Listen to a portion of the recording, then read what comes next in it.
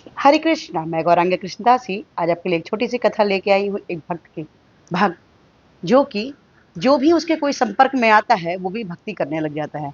शुद्ध भक्त ऐसा होता है जो कि भक्ति में अपने साथ रहने वालों को अपने ही तरह से भक्ति करना सिखा देता है। आज की भक्त कथा है एक बूढ़ी अम्मा की। अम्मा जो थी वो उनका एक छोटा सा पोता था, 7 साल का मुकुंद। मुकुंद नाम का पोता था और अम्मा का नाम था गौरी। गौरी नाम की तरह ही सुर्ग मतलब गुणवान। और बच्चों की मतलब कि उनके जो पोता था, पोता को मतलब उनका कार्य था कि वो जब रात में सोता था तो अपनी दादी के पास ही सोता था। दादी हमेशा अपने पोते का ध्यान रखती थी और जैसे कि पहले के ज़माने में होता था कि दादियाँ, नानियाँ अच्छी-अच्छी कहानियाँ सुनाती थी बच्चों को।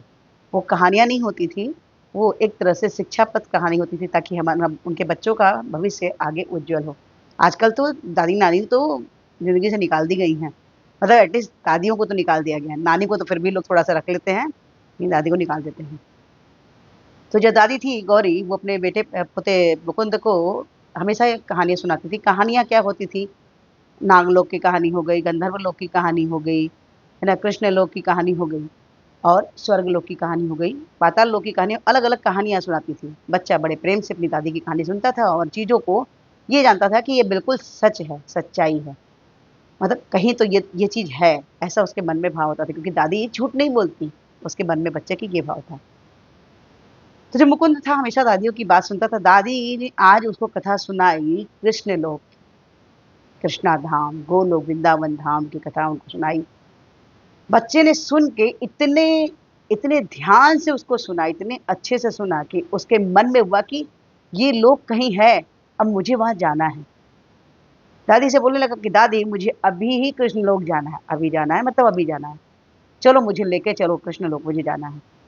दादी ने कहा बेटा वहाँ जाना हम लोग नहीं जा सकते हैं। नहीं मुझे अभी देखना है, अभी देखना है। बच्चा रोते हुए मुकुंद सो गया। मुकुंद सोते रोते हुए सो गया।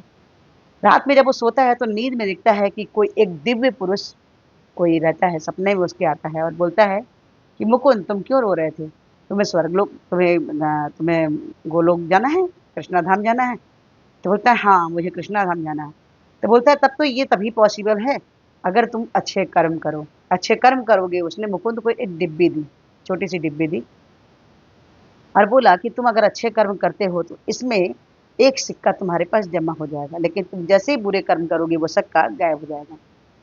और तो वो बोला कि ये सपने को देखा और वो नींद में था। जब नींद से उठा तो देखा कि उसके पास में एक छोटी-सी डिब्बी पड़ी हुई थी।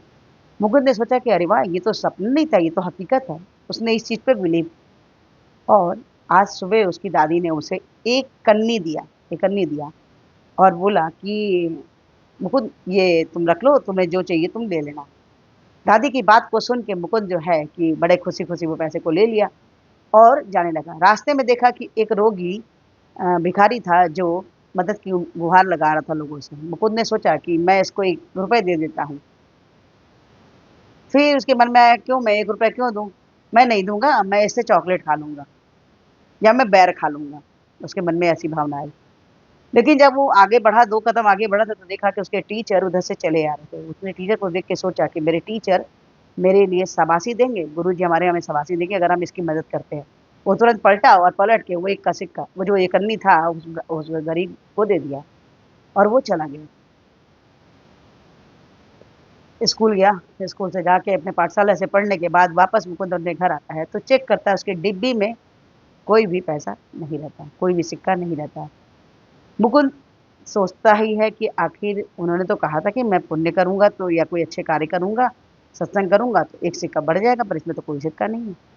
रात में मुकुंद सोचते हुए सो जाता है और रात में फिर से वो दिव्य पुरुष जो आता है सपने में और बोलता है कि क्या हुआ मुकुंद तुम क्या चेक कर रहे थे और तुम क्यों दुखी हो? तो बोलता है कि अरे मैं दुखी हूँ, मैंने तो उसकी मदद की थी, लेकिन उसमें तो कोई सिक्का नहीं है, आप तो झूठ बोलते हो। तो दिव्य पुरुष बोला नहीं मैंने तो कोई झूठ नहीं बोला। तुमने किस भावना से उसमें तुमने उस गरीब को पैसा दिया था कि हमारे जो टीचर हैं वो देख के खुश होंगे और मुझे शाबाशी देंगे। तुम्हें शाबाशी तो मिली, लेकिन तुम किसी कामना से तुमने अच्छाई करी थी, ना कि किसी तुम्हारे मन में ऐसा कुछ था। तो मुकुंद को चीज़ समझ में आ गई।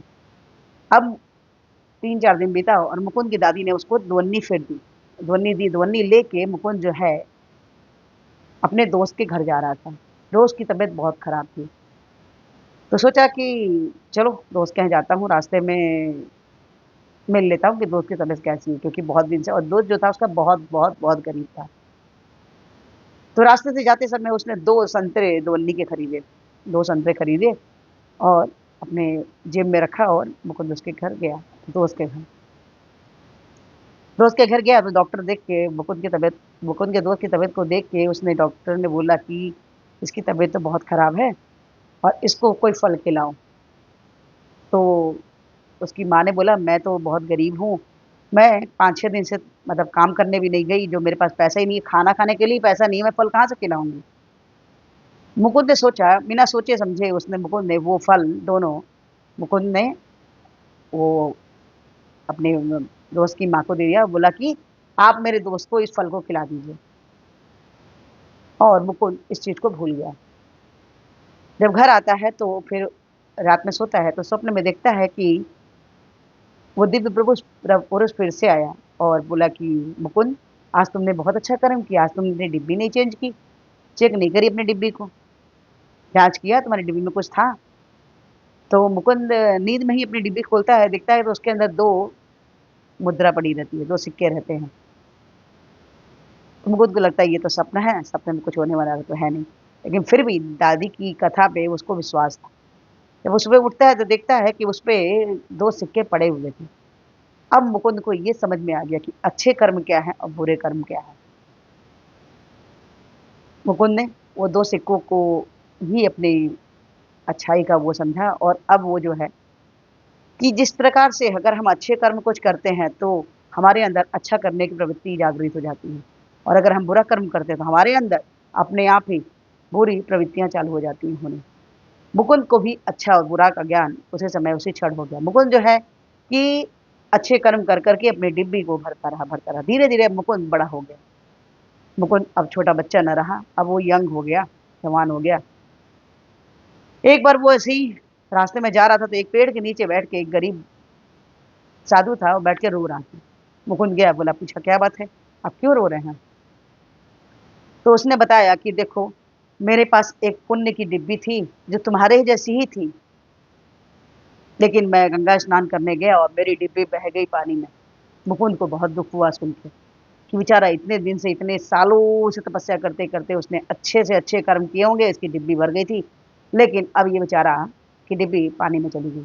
मुकुंद ने कहा, सोचा कि मैं तो अभी जवान हूँ और ये तो बुजुर्ग हैं, अब तो ये इनका कोई उम्र का भरोसा नहीं कि कब ये चले जाए।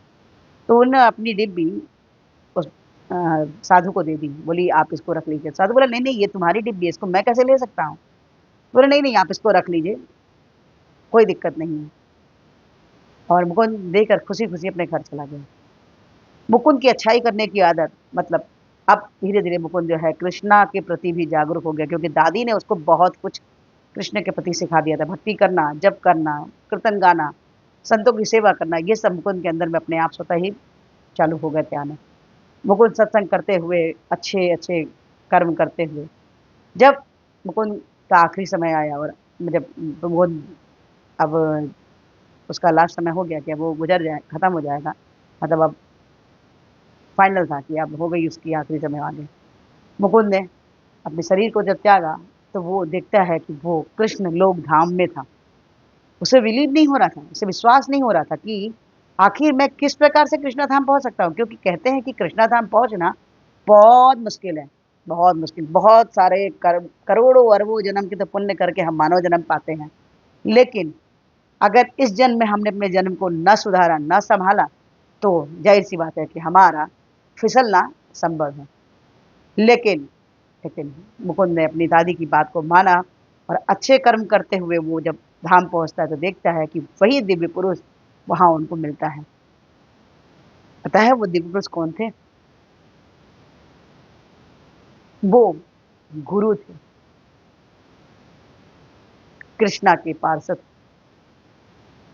मुकुंद का स्वागत करते हैं और मुकुंद गोलोक वृंदावन में रहने की, उसकी जो कामना थी कि मैं वहाँ देखूँ कि वृंदावन धाम कैसा है, कृष्णा लोक कैसा है, वो उसकी इच्छा पूरी हुई।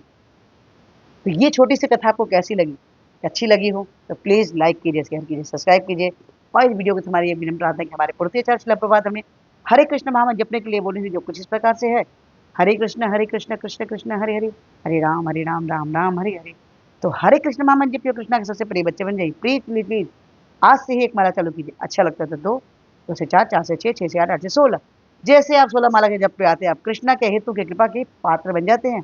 तो प्लीज़, प्लीज़, प्लीज़ आज से ही एक माला जपिए। हरे कृष्णा, राधे राधे।